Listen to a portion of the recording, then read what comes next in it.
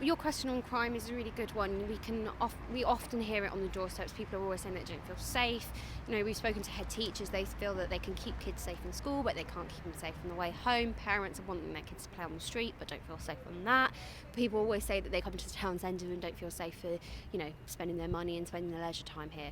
So number one, it's working really closely with the agencies that are already working here. So that's Off the Streets Knife Crime Campaign, to tackle knife crime, but it's also working with closely with Northamptonshire Police to make sure that, there are more bobbies on the beat, so people at least see a police presence and visibility. We know that the police are working really, really hard at the moment with very stretched resources, but actually how can we put the resources maybe more into more visible stuff on the streets and high streets rather than kind of all the good work that they're doing up and down the highways as well. And what about obviously the dentistry sort of crisis that's going on at the moment, people on waiting lists and can't get appointments, what have you got sort of planned for that?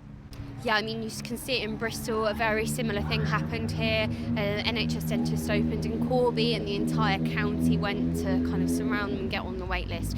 We've had people that, are spending £1,400 on dentistry that, just can't afford it. Their pensions haven't gone up, so they can't afford it. And I know personally of people that have done dentistry on themselves. So it's a massive problem, and I don't think anybody kind of shies away from that.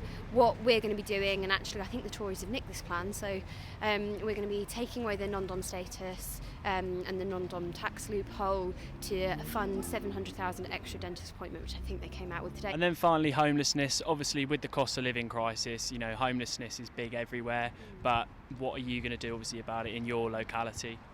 So one of my first jobs was working for the Salvation Army, building homeless programmes and fundraising for those homeless programmes.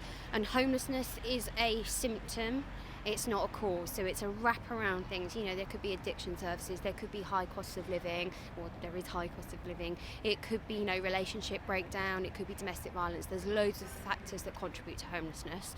And I'm not promising that, February 17th, that there will be no homeless people on the streets. It will be making sure that I'm working with places like the Daylight Centre. There's a really great charity in Rushden called Reach Out Together, making sure that the third sector that's really picking up the slack from public services are well funded, doing what used to be my bread and butter, used to be my job, making sure that they are well funded and that's sustainable.